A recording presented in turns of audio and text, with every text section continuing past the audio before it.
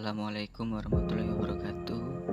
Perkenalkan, nama saya Rifki Aditya, NPM 18040414141, absen 29D.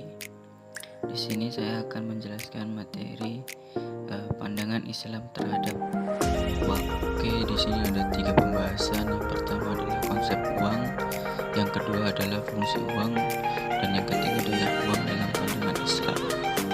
Selanjutnya adalah konsep uang. Banyak ekonom yang telah mendefinisikan uang. Salah satu di antaranya adalah menurut A.C. Pigou dalam bukunya yaitu The Field of Money. Ia menjelaskan bahwa uang adalah sesuatu yang umum dipergunakan sebagai alat tukar, dan dapat disimpulkan bahwa uang dapat diterima sebagai alat tukar atau sebagai alat pengukur nilai yang dalam waktu bersamaan bertindak sebagai alat penimbun kekayaan. Dengan adanya uang ini menjadi alternatif transaksi yang lebih mudah dari barter sehingga cocok digunakan dalam zaman modern ini. Selanjutnya adalah fungsi uang. Secara umum, uang memiliki fungsi sebagai perantara untuk pertukaran barang dengan barang, juga untuk menghindarkan perdagangan dengan cara barter.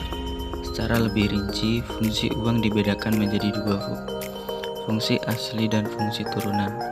Fungsi asli uang ada 2, yaitu sebagai alat tukar dan sebagai satuan hitung. Uang berfungsi sebagai alat tukar atau medium of exchange yang dapat mempermudah pertukaran. Orang yang akan melakukan pertukaran tidak perlu menukarkan dengan barang, tetapi cukup menggunakan uang sebagai alat tukar. Kesulitan-kesulitan pertukaran dengan cara barter dapat diatasi dengan pertukaran. Uang juga berfungsi sebagai satuan hitung atau unit of account, karena uang dapat digunakan untuk menunjukkan nilai berbagai macam barang atau jasa yang diperjualbelikan, menunjukkan besarnya kekayaan, dan menghitung besar kecilnya pinjaman. Uang juga dipakai untuk menentukan harga barang atau jasa.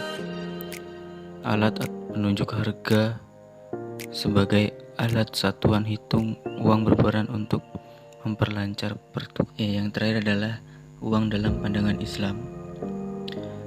Fungsi turunan yang mengakibatkan uang menjadi objek komoditas dan penimbunan. Padahal penimbunan uang adalah salah satu bentuk keharaman bagi seorang muslim. Hal ini sesuai dengan salah satu firman Allah dalam Al-Quran surat At-Taubah ayat 34 adalah adanya ancaman berupa siksaan yang pedih atas orang yang menimbun emas dan perak, merupakan qarinah yang menunjukkan bahwa larangan itu bersifat tegas atau jazim. Dengan demikian, menimbun emas dan perak hukumnya haram. Keharaman itu bersifat pasti dan umum. Untuk itu, dalam tulisan secara tidak langsung mengajak kembali kepada fungsi uang yang sebenarnya yang telah dijalankan dalam konsep Islam, yakni sebagai alat pertukaran dan satuan nilai, bukan sebagai penimbun kekayaan. Baik, sekian presentasi dari saya.